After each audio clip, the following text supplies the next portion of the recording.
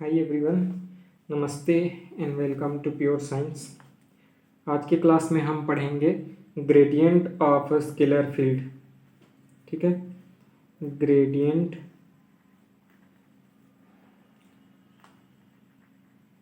Of scalar field. Scalar field, ठीक है। तो स्केलर फील्ड का ग्रेडियंट क्या होता है, इसको आज हम इस क्लास में पढ़ेंगे। ठीक है, तो हम जानते हैं कि ग्रेडियंट क्या होता है। ठीक है, एक सदिश राशि होती है। ग्रेडियंट को हम पहले कैसे डिनोट करते हैं इसको बता दे रहा हूँ। ग्रेडियंट को इस प्रकार से, अगर ये फाई जो है एक स्केलर फील्ड है फाई, तो हम ग्रेडियंट को लिखते हैं ग्रेड फाई, या फिर इस प्रकार से लिखते हैं ग्रेड फाई। फाई एक स्केलर फील्ड है। ठीक है, तो इस प्रकार से डिनोट करते हैं ग्रेडियंट फाई को, और इसी को इस प्रकार से भी लिखते हैं del phi by del n. N cap, n जो है एन कैप जो है यूनिट वेक्टर है, और एन जो है डायरेक्शन है। एन का वैल्यू ऐसे हो सकता है एक्स वाई जेड, इधर और जो भी होगा। ठीक है, और उसी के रेस्पेक्ट में यूनिट वेक्टर उसी डायरेक्शन में। ठीक है, तो gradient of any scalar field is denoted by grad phi, और also it is written as GRAD grad phi. ठीक है, तो ये जो है क्या होता है, अदिश क्षेत्र। ये जो स्केलर फील्ड है मतलब एक अदिश क्षेत्र होता है। ठीक है, अदिश क्षेत्र के किसी बिंदु पर, ये मान लेते हैं कि अदिश क्षेत्र है, इसके किसी भी बिंदु पर, यहाँ से अगर जो है कोई भी बिंदु है ले लेते हैं हम, तो इसके किसी बिंदु पर ग्रेडियंट हम लेते हैं ग्रेड फाई। ठीक है, तो वो एक सदिश राशि होती है। जो ग्रेड फाई है ना, एक सदिश राशि है, और इसका परिमाण क्या होता है, इसका जो वैल्यू क्या होता है, तो इस बिंदु पर अदिश क्षेत्र के दूरी के साथ अधिकतम परिवर्तन के दर को बताता है। देखिए हम यहाँ देख रहे हैं del phi by del n, मतलब डेल फाई जो है बाई डेल एन, ये जो है एक डिफ्रेंशिएशन टाइप का है ना। जैसे कि हम लिखते हैं del phi by del x, मान लेते हैं हम इस प्रकार से लिखे। एन का वैल्यू अभी हमने एक्स ले लिया, तो del phi by del x है ना, मतलब एक्स के रेस्पेक्ट में फाई किस प्रकार से चेंज हो रहा है, वही चीज बताता है ग्रेडियंट, है ना। दूरी के साथ एक्स जो है एक्स डायरेक्शन में दूरी को बता रहा है। ठीक है, अगर यही वाई आ जाएगा तो वाई डायरेक्शन में इस दूरी के साथ है ना, वाई डायरेक्शन के साथ ये जो स्केलर फील्ड है फाई, उसके अधिकतम परिवर्तन के दर को बताता है। तथा इसका दिशा कौन सा होता है, तो एक्स कैप, मतलब कि उसी दिशा में होता है जिधर परिवर्तन सबसे ज्यादा हो। अगर एक्स डायरेक्शन में परिवर्तन सबसे ज्यादा हो रहा है इस डायरेक्शन में, तो एक्स कैप होगा। वाई डायरेक्शन में सबसे ज्यादा परिवर्तन हो रहा है तो वाई कैप होगा। तो परिवर्तन का दिशा कौन सा होता है, उस दिशा में जिधर परिवर्तन की दर सबसे ज्यादा है। ठीक है, तो ये हो गया आपका ग्रेडियंट का डेफिनेशन, है ना। Gradient of any scalar field is denoted by grad phi, है ना। It is also written as GRAD phi, and it is also written as del phi by del n cap. ठीक है, अब हम जानते हैं इसको इस प्रकार से भी लिख सकते हैं grad phi which is a vector quantity is also written as I cap del by del x plus j cap del by del y plus k cap del by del z। ठीक है, आई cap जैसे यहाँ पर मैंने बोला था ना, x के डायरेक्शन में यूनिट वेक्टर है आई कैप, वाई के डायरेक्शन में यूनिट वेक्टर है जे कैप, जेड के डायरेक्शन में यूनिट वेक्टर है के कैप। तो ये होता है। ठीक है, अब ये हो गया डेल का वैल्यू, अब इधर होगा फाई, है ना, फाई। तो ये हम कैसे लिख सकते हैं इसको। ठीक है, इसको इस प्रकार से भी लिख सकते हैं i del phi by del x i cap, है ना, plus j cap del phi by del y plus k cap del phi by del z. ठीक है, यही चीज है।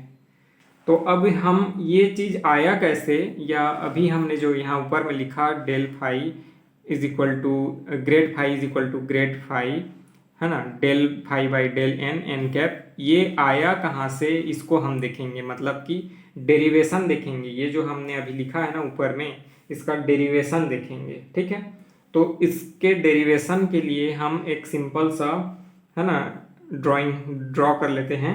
ठीक है, ये हो गया। ठीक है, इस प्रकार से एक सरफेस है ना, और इधर एक और सरफेस है। ठीक है, इस सरफेस का एक पॉइंट लेते हैं, ए पॉइंट। ठीक है, ये सरफेस है S1, टोटल सरफेस कितना है S1, ये सरफेस कितना है S2। ठीक है, अब इसमें एक और पॉइंट लेते हैं। ठीक है, मतलब A से B पर ऐसे सीधा ये जा रहा है, A है ये, यहाँ है पॉइंट। ठीक है, और यहाँ एक और पॉइंट लेते हैं जो कि इस प्रकार से है। ठीक है, इन दोनों को मिला दिए ऐसा। ठीक है, तो इसको मान लेते हैं C, ये पॉइंट मान लेते हैं B, और इधर जाता है n कैप। ठीक है, जो यूनिट वेक्टर है उसका डायरेक्शन। ठीक है, अब एक और ऑब्जर्वर को हम रख देते हैं O पर, है ना, ऑब्जर्विंग पॉइंट जो है O है। यहाँ से इसका जो दूरी है, डिस्टेंस है R है। ठीक है, O से A की दूरी R है, और O से B की दूरी R, ठीक है, प्लस DR है, R प्लस कितना है DR, और ये जो दूरी है DR है A से B की दूरी, A से B की दूरी DR है, O से A की दूरी R है। ठीक है, तो ये किस प्रकार से होगा, O से A जाएंगे, O से A, फिर A से B DR दूरी। ठीक है, तो R प्लस DR करेंगे तो ये वाला मिल जाएगा हमको OB, है ना, OB, R प्लस DR। मतलब पहले हम O से A चलेंगे R, फिर R से B, O से A चलेंगे R दूरी, फिर A से B चलेंगे DR दूरी, तो हम O से B तक चल करके पहुंच जाएंगे। दोनों का एडिशन कितना होगा, R प्लस DR। और यहाँ से A से C के बीच की दूरी है DN। ठीक है, क्या A से C के बीच की दूरी है DN, और इसका डायरेक्शन कौन सा है, n कैप का डायरेक्शन, जो यूनिट वेक्टर का डायरेक्शन है ऊपर की ओर है। ठीक है, तो ये जो दूरी है ना, AC बराबर है DN, AB बराबर है DR, दोनों के बीच का एंगल है थीटा, OA बराबर है R, OB बराबर है R प्लस DR। सब क्लियर है, समझ आ गया होगा, है ना। इस पॉइंट पर ये जो हमने सरफेस ड्रॉ किया है, यहाँ हम मानते हैं, है ना, जो स्केलर फील्ड है वो फाई है। ठीक है, ये S1 जो सरफेस है, ये इस पर स्केलर फील्ड फाई है। अब जैसे जैसे हम ऊपर की ओर बढ़ते हैं तो ये फाई का वैल्यू चेंज होकर के फाई प्लस डी फाई हो जाता है। ठीक है, मतलब कि इस ओर, है ना, ऊपर वाले डायरेक्शन में चेंज कितना होता है, डी फाई चेंज हो जाता है। जो फाई है ना, यहाँ पर फाई है S1 पर, और S2 पर d phi plus d phi है, तो A से C पर जो डिस्टेंस चलने पर डी फाई एक्स्ट्रा हो जाता है, जो स्केलर फील्ड है।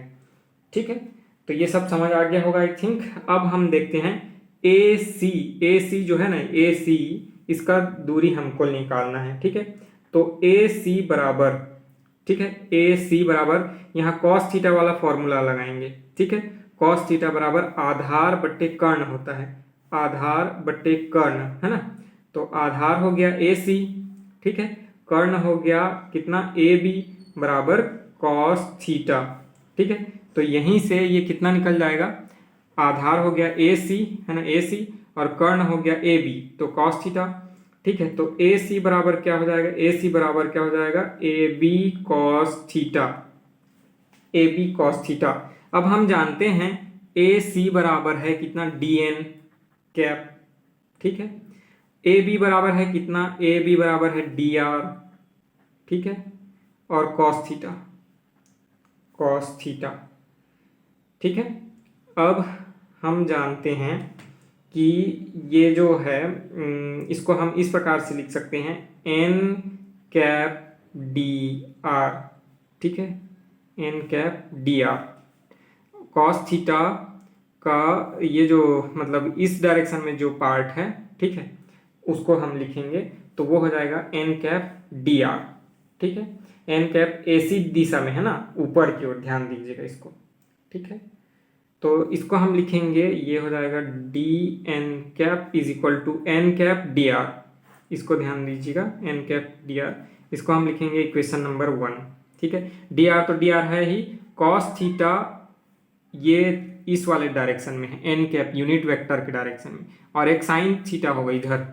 ठीक है, एक साइन थीटा होगा वो एक्स डायरेक्शन में रहेगा, कॉस थीटा जो है इधर वाई डायरेक्शन में है, तो उसको हमने लिखा है एन कैप।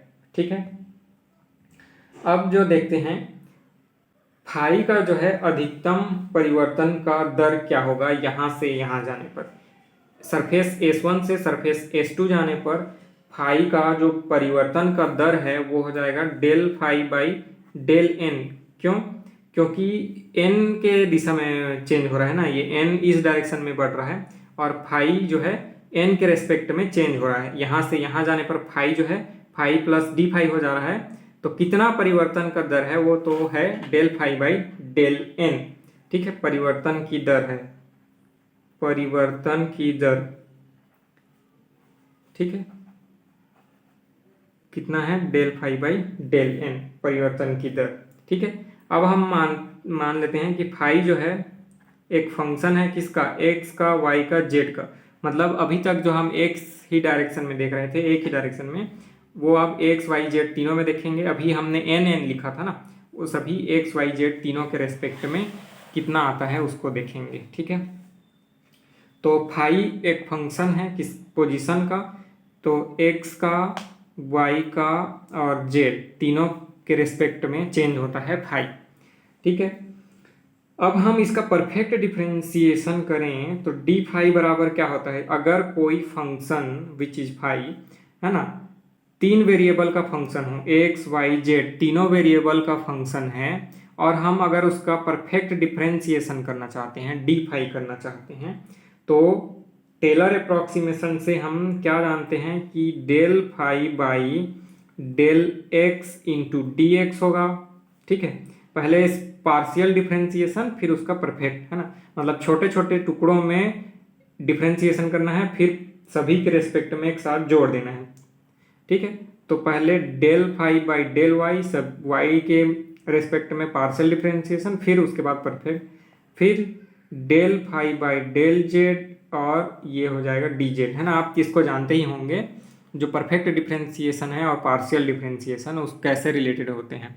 ठीक है, अगर कोई भी जो वेरिएबल फंक्शन है, 3 वेरिएबल का फंक्शन हो, ठीक है, कोई क्वांटिटी, और उसका परफेक्ट डिफरेंशिएशन करना है, या 2 वेरिएबल का फंक्शन हो उसका परफेक्ट डिफरेंशिएशन करना है, तो क्या होगा? ठीक है, और अगर वो सिंगल वेरिएबल का फंक्शन होगा तो उसका परफेक्ट डिफरेंशिएशन क्या होगा, ये है ना, हम पहले पढ़ चुके हैं। तो चलिए इसी में देखते हैं। ठीक है, अभी हमने देखा कि डी फाई को हम कैसे लिख सकते हैं? Del phi by del x d x plus del phi by del y d y plus del phi by del z d z. ठीक है, अभी हमने देखा था, ठीक है, इक्वेशन नंबर 1 में, इक्वेशन नंबर 1 में यहाँ पर देख सकते हैं आप। ठीक है, इक्वेशन नंबर 1 में d n is equal to है n cap d r, d n is equal to है एन कैप डी आर, तो उसी का उपयोग करना है। ठीक है, और हमको आगे सॉल्व करना है। तो ये हो जाएगा आपका d phi is equal to, d phi is equal to del phi by del n d n. ठीक है, अब डी एन का वैल्यू अभी हमने देखा था, d phi by d n n cap, है ना। अभी हमने इक्वेशन नंबर 1 में देखा था, तो ये हो जाता है del phi by del, d n का वैल्यू होता है एन कैप डी आर। ठीक है, एन कैप डी आर। ठीक है, इसको हम लिख लेंगे इक्वेशन नंबर 2। अब हम जानते हैं कि आर जो है पोजीशन वेक्टर है, इसका वैल्यू होता है x i cap plus Y J cap plus Z के कैप। ठीक है, अगर हम इसका डी आर करें, है ना, परफेक्ट डिफरेंशिएशन, तो क्या हो जाता है? D x i cap plus D Y J cap plus D Z के कैप। ठीक है, तो ये ध्यान दीजिएगा, है ना। अब हम करते हैं, ये जो ऊपर वाला इक्वेशन है, ये वाला इक्वेशन डी फाई, इसी को हम इस प्रकार से भी लिख सकते हैं ना, ठीक है। डी फाई है, ठीक है, इधर देख सकते हैं हम del phi by del x d x plus del phi by del y d y plus del phi by del z d z है, ठीक है। तो इसी को हम ऐसे लिख सकते हैं ना, i cap del phi by del x plus j cap del phi by del y plus k cap del phi by del z और डॉट प्रोडक्ट, ठीक है, किसका, इसका, है ना, कैसे, i cap d x plus j cap d y plus k cap d z, ठीक है, ये हो गया। अब हम ऐसे लिख सकते हैं, तो ये वाली जो क्वांटिटी है, ये वाली जो क्वांटिटी आई, देखिए यहाँ पर जो क्वांटिटी है ये तो डी आर है, यहाँ हम ऊपर से देख पा रहे हैं, ठीक है। इसको हम फिर से लिख देते हैं, i cap del phi by del x plus j cap del phi by del y plus k cap del phi by del z और डॉट डी आर, ठीक है। ऊपर वाला जो क्वांटिटी है वो उसको हम लिख लिए हैं डी आर, ठीक है। अब ये हो गया आई डेल एक्स प्लस जे डेल वाई प्लस के डेल कैप, इसी को लिखते हैं हम, ठीक है, डेल मतलब ग्रेडियंट, ठीक है, ग्रेडियंट। अच्छा एक मिनट, इसमें मैंने फाइव को छोड़ दिया है, ये एक्चुअल में होगा फाई, ठीक है, क्योंकि डी फाई के रेस्पेक्ट में कर रहे हैं, तो ये हो जाएगा ग्रेडियंट फाई। उसके बाद लिखेंगे हम डी आर, इधर है डी आर, ठीक है। तो ये हो जाएगा d phi is equal to grad phi, ठीक है, dot d r equation number 3, और यहाँ इक्वेशन नंबर 2 और इक्वेशन नंबर 3 से, इक्वेशन नंबर 2 और इक्वेशन नंबर 3 में दोनों लेफ्ट हैंड साइड जो है, left hand side d phi है, ठीक है। तो हम दोनों को इक्वेट कर सकते हैं, इसको हम लिखेंगे del phi by del n n cap d r is equal to del phi grad phi d r, ठीक है। तो ये डी आर और इस तरफ से डी आर दोनों कैंसिल आउट हो जाएगा, ठीक है।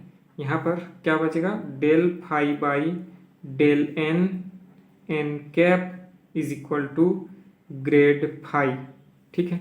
तो यही होता है आपका ग्रेडियंट का जो फॉर्मूला होता है, मैथमेटिकल फॉर्म होता है, ठीक है। इसको हम इस प्रकार से भी लिखते हैं, grad phi is equal to del phi, एक वेक्टर क्वांटिटी है यह, ठीक है, del phi by del n n cap, ठीक है, इस फॉर्म में भी लिखते हैं।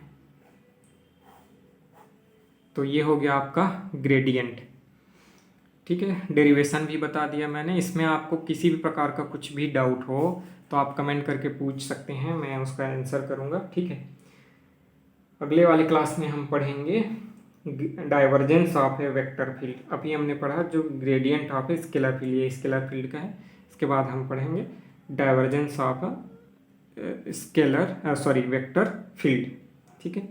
इसमें एक चीज़ और बता दे रहा हूँ, उसके बाद ये कंप्लीट हो जाएगा। ग्रेडियंट का फिजिकल सिग्निफिकेंस क्या होता है, ठीक है। ग्रेडियंट जो है इसका एक्चुअल में है क्या, अभी तक हमने उसका सिर्फ मैथमेटिकल फॉर्म देखा और डेफिनेशन देखा, लेकिन एक्चुअल ये उपयोग कहाँ पर आता है, उपयोग कहाँ पर होता है ना।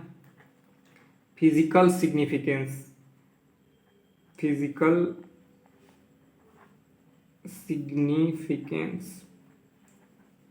ठीक है, एक्चुअल में बोलना क्या चाह रहा है ये जो ग्रेडियंट है, ठीक है। तो ये क्या होता है, change with respect to position, ठीक है। जैसे change with respect to time होता है, डेरिवेशन बोलते हैं जैसे, है ना। तो वैसे ही ये change with respect to position है। जैसे हम मान लेते हैं ये एक, है ना, कोई मेटल है और मेटल ऐसे बार लगा हुआ है, ठीक है, और इसमें से एक मेटल का टुकड़ा इधर बाहर की ओर निकला है, ठीक है। तो इस पार्ट को हम आग जला करके गर्म करते हैं, ठीक है, आग जलाते हैं और गर्म करते हैं, ठीक है। तो ये पूरा जो है टेम्परेचर इसका बढ़ जाता है। अब धीरे धीरे इधर का टेम्परेचर बढ़ता है और इधर धीरे धीरे कम होता है, इधर कम रहता है, इधर का टेम्परेचर ज़्यादा रहता है। इस पार्ट का टेम्परेचर बहुत ज़्यादा है, फिर ये धीरे धीरे धीरे धीरे धीरे इधर कम होते गया। यहाँ मान लेते हैं T1 है, इधर T2 है, ठीक है, यहाँ पर T3 है टेम्परेचर, ठीक है। तो टेम्परेचर T1 ज़्यादा होगा, फिर T2 कम होगा, फिर T3 सबसे कम होगा, ठीक है। तो ये जो ग्रेडियंट है ना, ये बताता है, जैसे ये फाई मान लेते हैं टेम्परेचर है, फाई टेम्परेचर है, इसका change with respect to position, x direction में ये जो टेम्परेचर कम होते जा रहा है, तो del phi by del x बताएगा कि change of temperature with respect to position, ठीक है। तो पोजीशन के साथ टेम्परेचर किस प्रकार से घटता है, तो इस दर से टेम्परेचर जो है परिवर्तित हो रहा है अगर हम एक्स डायरेक्शन में हम चल रहे हैं। तो ये बताता है कि टेम्परेचर इस रेशियो के अनुसार इधर घटते जा रहा है, ठीक है। तो एक और एग्जांपल लेके बता दे रहा हूँ, जैसे कि इलेक्ट्रिक फील्ड जो होता है, विद्युत क्षेत्र की तीव्रता ई से डिनोट करें तो ये होता है माइनस ग्रेड फाई, ठीक है। ये इलेक्ट्रिक पोटेंशियल है ना। विद्युत विभव का नेगेटिव ग्रेडियंट विद्युत क्षेत्र की तीव्रता को बताता है, विद्युत विभव का नेगेटिव ग्रेडियंट विद्युत क्षेत्र की तीव्रता को बताता है, और ठीक है, ग्रेविटेशनल पोटेंशियल का नेगेटिव ग्रेडियंट फोर्स को बताता है, ठीक है। ग्रेविटेशनल या फिर इसको हम बोलेंगे गुरुत्वीय क्षेत्र की तीव्रता, ये बताता है, ठीक है, ग्रेविटेशनल पोटेंशियल का नेगेटिव ग्रेडियंट। ये ग्रेविटेशनल पोटेंशियल है, ये इलेक्ट्रिक पोटेंशियल है। तो ग्रेविटेशनल पोटेंशियल का नेगेटिव ग्रेडियंट है ना, ये बताता है गुरुत्वीय क्षेत्र की तीव्रता, और ये बताता है ये जो इलेक्ट्रिक फील्ड का पोटेंशियल जो है इसका नेगेटिव ग्रेडियंट विद्युत क्षेत्र की तीव्रता। मतलब कि विद्युत क्षेत्र उस दिशा में होगा जिधर पोटेंशियल कम होता जा रहा हो। देखिए नेगेटिव ग्रेडियंट है, इसका मतलब है कि ऐसा minus del phi by del x. तो अगर हम एक्स डायरेक्शन में, जैसे कि ये है, ठीक है, एक यहाँ पर मैंने बताया, और यहाँ से, ठीक है, सभी और इस प्रकार से इलेक्ट्रिक फील्ड फैला हुआ है। तो इस प्रकार से है इलेक्ट्रिक फील्ड, यहाँ कोई चार्ज रखा है Q, और इधर अगर हम बढ़ें, इस एक्स डायरेक्शन में बढ़ते जाएं, तो विद्युत क्षेत्र की तीव्रता का डायरेक्शन इस ओर होगा, इस प्रकार से, इधर से, है ना, ये जो पॉइंट है चार्ज उधर से बाहर की ओर। तो इलेक्ट्रिक पोटेंशियल जो है इस ओर कम होते जाएगा। अगर हम इस ओर ऐसे बढ़ते जाएं, ठीक है, तो इलेक्ट्रिक पोटेंशियल कम होते जाएगा, और जिधर इलेक्ट्रिक पोटेंशियल कम होगा उधर ही दिशा में ये आपका इलेक्ट्रिक फील्ड का डायरेक्शन होगा। विद्युत क्षेत्र की तीव्रता का डायरेक्शन यहाँ राइट साइड की ओर है, तो इसका मतलब है कि पोटेंशियल यहाँ पर ज़्यादा है और पोटेंशियल राइट साइड में बढ़ते जाने पर कम होते जा रहा है, ठीक है। तो इलेक्ट्रिक फील्ड का जो होता है वैल्यू, वह नेगेटिव ग्रेडियंट होता है इलेक्ट्रिक पोटेंशियल का। वैसे ही जो ग्रेविटेशनल फोर्स होता है या ग्रेविटेशनल, है ना, जो फील्ड होता है वह नेगेटिव ग्रेडियंट होता है ग्रेविटेशनल पोटेंशियल के, ठीक है। तो ये ग्रेविटेशनल पोटेंशियल है, उसका नेगेटिव ग्रेडियंट है ना ग्रेविटेशनल फील्ड है, ये F। ठीक, समझ आ गया फिजिकल सिग्निफिकेंस, ठीक है। तो अगर आपको कुछ डाउट हो तो आप पूछेंगे कमेंट करके। अच्छा लगे वीडियो तो शेयर कीजिएगा, ठीक है। मैं इसका जो न्यूमेरिकल है वो अगले क्लास में बताऊंगा, ठीक है। अभी तक हमने जो पढ़ा, स्केलर, वेक्टर, उनका multiplication, dot product, cross product, है ना, और integration, vector integration, vector differentiation, ठीक है, इन सभी का जो न्यूमेरिकल है वो अगले वीडियो में सॉल्व कराऊंगा, ठीक है। तो ये आपके इसमें काम आ जाएगा। IIT JAM का एग्ज़ाम जो होता है, लेक्चरर एग्ज़ाम होता है, उसमें काम आ जाएगा। CUET का एग्ज़ाम जो होता है, ये सभी के लिए इम्पॉर्टेंट है। तो लाइक कीजिएगा, सब्सक्राइब कीजिएगा चैनल को, और अच्छा लगे वीडियो तो दोस्तों के साथ शेयर कीजिएगा। थैंक यू, नमस्ते।